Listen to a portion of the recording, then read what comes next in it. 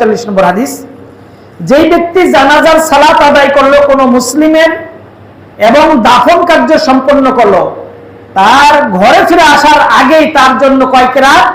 2 কিরাত। সাহাবারা বলল, ইয়া রাসূলুল্লাহ, কিরাত কি এবং এটার ফজিলত কি? রাসূলুল্লাহ সাল্লাল্লাহু আলাইহি সাল্লাম বললেন, কুল্লু কিরাতি মিসলু উহুদিন, যে প্রত্যেকটা কিরাতে রয়েছে উহুদ পরিমাণ সওয়াব। উহুদের পাহাড় কিন্তু ছোট না, অনেক বড় পাহাড়, এবং প্রত্যেকটা কিরাত রয়েছে উহুদ পাহাড়ের সমান সওয়াব। কেউ যদি শুধু জানাজার সালাত আদায় করলো, সে একটা উহুদের সমান পাইল। কেউ যদি সালাত আদায়ের পর দাফন পর্যন্ত থাকলো, তাহলে সে কয়টা কিরাত পাইল? 2টা কিরাত পাইল।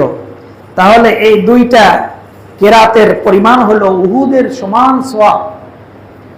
অনেক সওয়াব নিয়ে সে ঘরে ফিরল। তাহলে কাজটা সহজ, কিন্তু সওয়াবের পাল্লা অনেক ভারী। এই জন্য জানাজার সালাতে আমরা অংশগ্রহণ করব।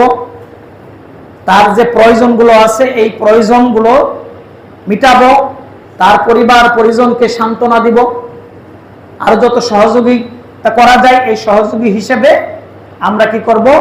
মাইয়িতকে সসম্মানে, সম্মানিতভাবে তাকে কি করব? দাফন কার্য সম্পন্ন করব, যাতে করে আমরা দুনিয়াবাসীরা তাকে যেমন সম্মান করলাম, আল্লাহ রাব্বুল আলামিন তাকে যেন আখিরাতেও এমন ভাবে সম্মান করেন। সবাই বলুন আল্লাহুম্মা আমিন। এখন আসুন